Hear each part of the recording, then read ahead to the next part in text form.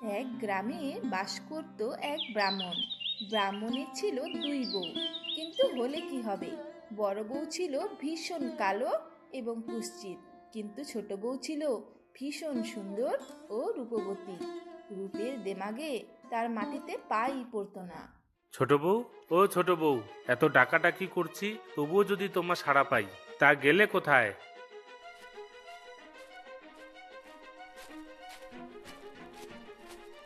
তুমি কি আমায় ডাকছিলে? আসলে রান্না করছিলাম তো, তাই ভালো করে শুনতে পাইনি।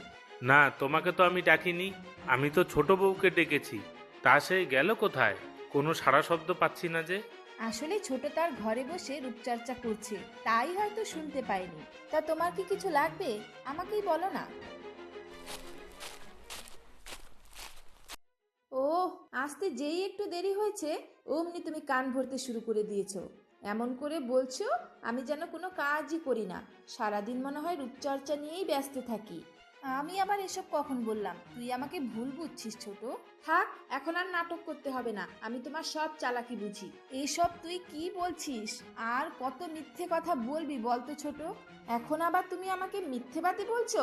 হায় হায় রে, এই ছিল আমার কপালে। ছোট, তুই তো। আমি কি দিদি, আমি তোমাকে খুব জ্বালাই, সংসারে একটা কাজও করি না, এ কথাই বলতে চাইছো তাই তো ছোট? এই তোমরা থামো তো, সকাল সকাল শুরু হয়ে গেছে একদম। তোমাদের দুই বউয়ের জ্বালায় বাড়িতে একটা কাক পক্ষীও টিকতে পারে না। আমি তো। এই থামো, সকাল সকাল কোনো কাজকর্ম নেই নাকি? মন্দিরে যাব, তার রান্নাবান্না কি হয়েছে? নাকি ছোট বউয়ের পেছনে কিভাবে লাগবে সারাদিন তার প্যাচ করছো? ঠিক আছে, আমি ভাত বেড়ে নিয়ে আসছি।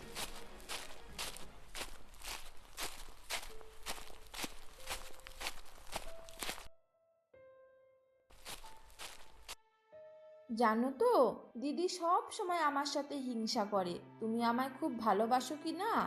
ওর হিংসেতে কি আসে যায়, আমি তো তোমাকেই বেশি ভালোবাসি। এবার শোনো, আমি পুজোর কাজে 1 মাসের জন্য শহরে যাব। এ কথা বলার জন্যই তোমাকে ডাকছিলাম। ওই পুজো করে অনেক টাকা কড়ি পাবো, বুঝেছো? তাই ওই বড় বউকে আগের থেকে কিছু বলিনি। ওই অপয়ার মুখ দেখে গেলে কোনো কাজই সফল হয় না। তুমি ঠিকই বলেছো গো, ঢের অপয়া দেখেছি, তবু ওর মতো অপয়া দেখিনি। শেষে কিনা এসবও শুনতে হলো। আর কত কষ্ট দেবে ঠাকুর, তুমি সবার মঙ্গল করো।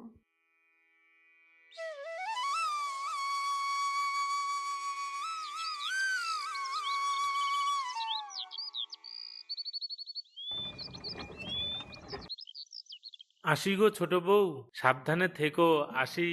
সে তো আমি সাবধানেই থাকবো, তবে শোনো, ফেরার সময় আমার জন্য একটা দামি শাড়ি, আলতা, সাজাগোজার জিনিস আনতে ভুলো না যেন। আচ্ছা আচ্ছা, ঠিক আছে, আসি তবে। হ্যাঁ হ্যাঁ, যাও।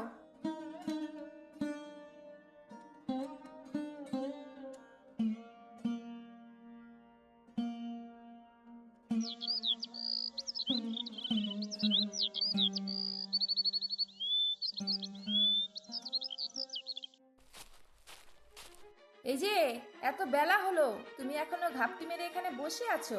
তা বলি, সংসারের কাজগুলো কে করবে শুনি? আমি করব ছোট, এক এক করে আমি তো সব কাজ করে দেব, তুই একদম ভাবিস না। হ্যাঁ, তাড়াতাড়ি যাও, তা না হলে কাজ কিভাবে করাতে হয় তা আমার ভালোই জানা আছে। ঠিক আছে ছোট।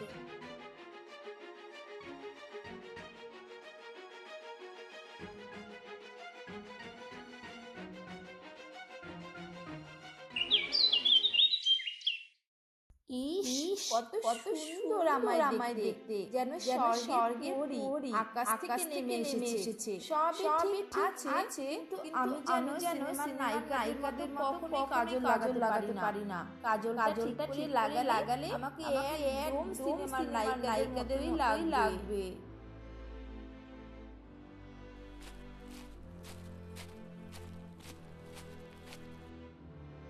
ছোট, আমি তোকে কাজে লাগিয়ে দেব। তুমি তুমি আমাকে সাজাবে? তা তুমি কখনো এই দামি দামি অলংকার দিয়ে সেজেছো? না, আমি হয়তো কখনো সাজিনি, কিন্তু কাজল পরাতে আমি ভালোই পারি। দে আমাকে, কাজলটা পরিয়ে দেই।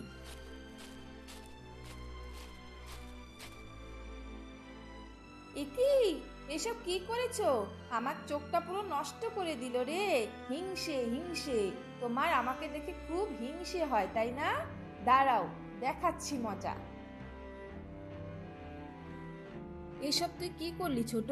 আমি তো তোকে, এই তো এবার ঠিক হয়েছে, ঠিক যেন মনে হচ্ছে শাকচুনি রাজ্যের বড় রানী। না, অনেক হয়েছে। আমি আর এত অপমান সহ্য করতে পারছি না। এই সংসারে আমার যেন কোনো কদরই নেই। তুই থাক তোর সংসার নিয়ে, আমি চললাম এই সংসার ছেড়ে। হ্যাঁ হ্যাঁ যাও, আমি তো এটাই চেয়েছিলাম তুমি কবে যাবে আর এই সংসারে আমি একাই রাজত্ব করব। ওই সংসারে আমি আর কিছুতেই ফিরে যাব না। আমার না আছে রূপ, না আছে সম্মান, কি করে আমি ওই সংসারে থাকবো? না না, আমি আর ওই বাড়িতে ফিরে যাব না। এর চেয়ে আমার দূরে চলে যাওয়াই ভালো।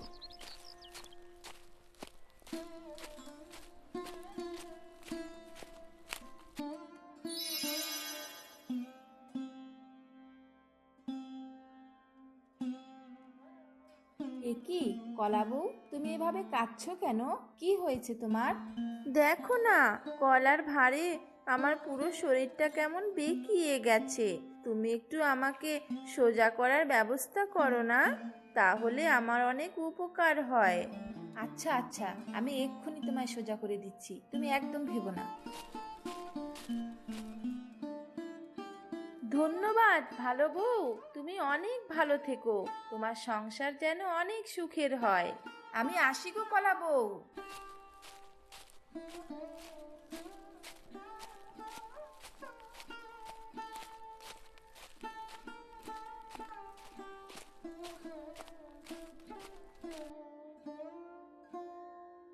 এই যে সোনা, তুমি কাঁদছো কেন? তোমার মা কোথায়? আমার তো মা নেই, আমার খুব খিদে পেয়েছে। আহারে, এত ছোট বাচ্চা কেউ নেই, তুমি দাঁড়াও একটু।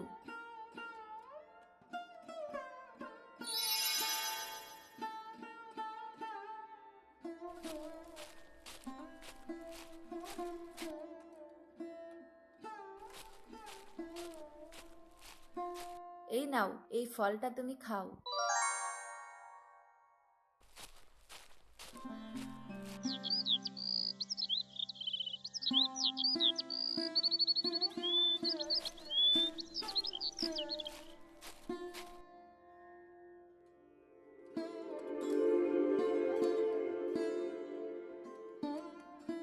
আমার পরম সৌভাগ্য যে এই স্থানেও আমি আপনার মতো সাধকের দেখা পেলাম। আমাকে আশীর্বাদ করবেন, আমি যেন সুখী হতে পারি। তুমি কে মা? এই গভীর জঙ্গলে তুমি কেনই বা এসেছো? আপনি তো অন্তর্যামী, সবই তো জানেন। আমার দুঃখের কথা কি আর বলবো, আমাকে দয়া করুন বাবা। তবে বেশ মা, এই ঘটের জলটা তুমি পান করো।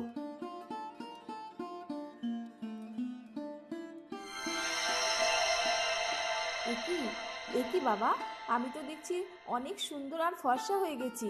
আমি তো নিজেকেই নিজে চিনতে পারছি না। আপনি মহান বাবা, আপনাকে শত শত কোটি প্রণাম। হ্যাঁ মা, এই সবই তোমার ভালো কাজের ফল। তোমার ভালো মন ও শুদ্ধতাই ঈশ্বর খুশি হয়েছেন, তাই তো তুমি এই রূপ পেয়েছো। এই নাও মা, এটা তোমার। না না বাবা, এ তো গয়নার ঝুড়ি, এসব আমি চাই না। আপনি আমাকে যা দিয়েছেন আমি তাতেই অনেক খুশি। তোমার ব্যবহারে আমি খুশি হয়েছি, তাই তো উপহার স্বরূপ আমি তোমায় এটা দিচ্ছি।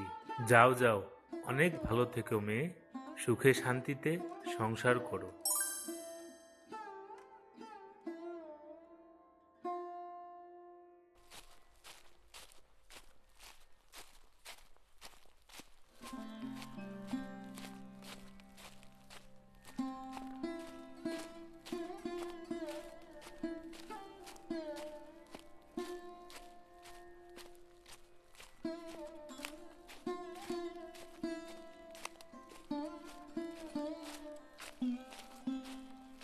কই রে ছোট, কোথায় গেলি? চিনতে পারছিস আমায়?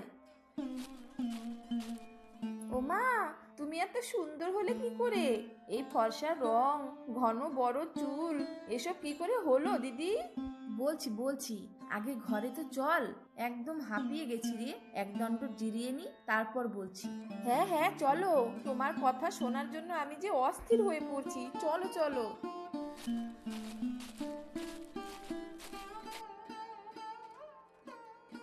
এই হলো সব কথা, তাহলেই বোঝ কি কাণ্ডটাই না হয়েছে। তবে যা হয়েছে ভালোই হয়েছে, বল ছোট।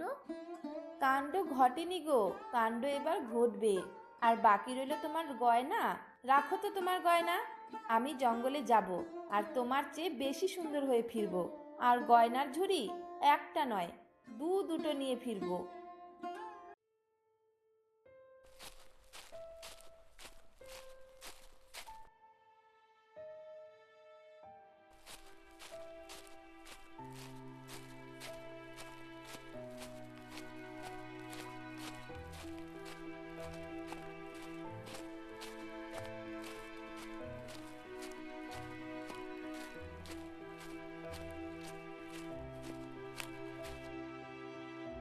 ও মেয়ে, দাও না একটু আমায় পরিষ্কার করে। তুমি কি পাগল? তুমি ভাবলে কি করে আমি পরিষ্কার করব? যত সব।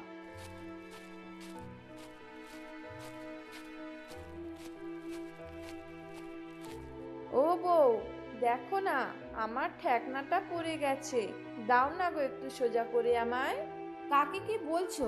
ভেবে দেখেছো আমার অনেক তাড়া আছে, আর একবার যদি পিছু পিছু ডাকো না, তবে তোমায় সোজা নয়, আরো টেনে একদম বেঁকিয়ে দেবো।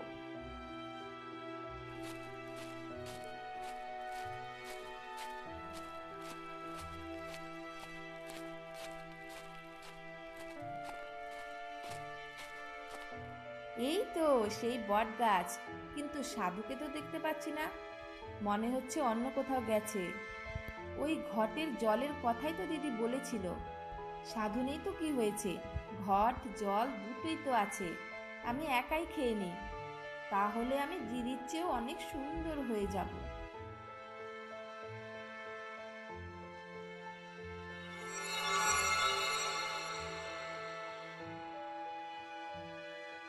এ কি, আমার গায়ের রং এমন কালো হয়ে যাচ্ছে কেন?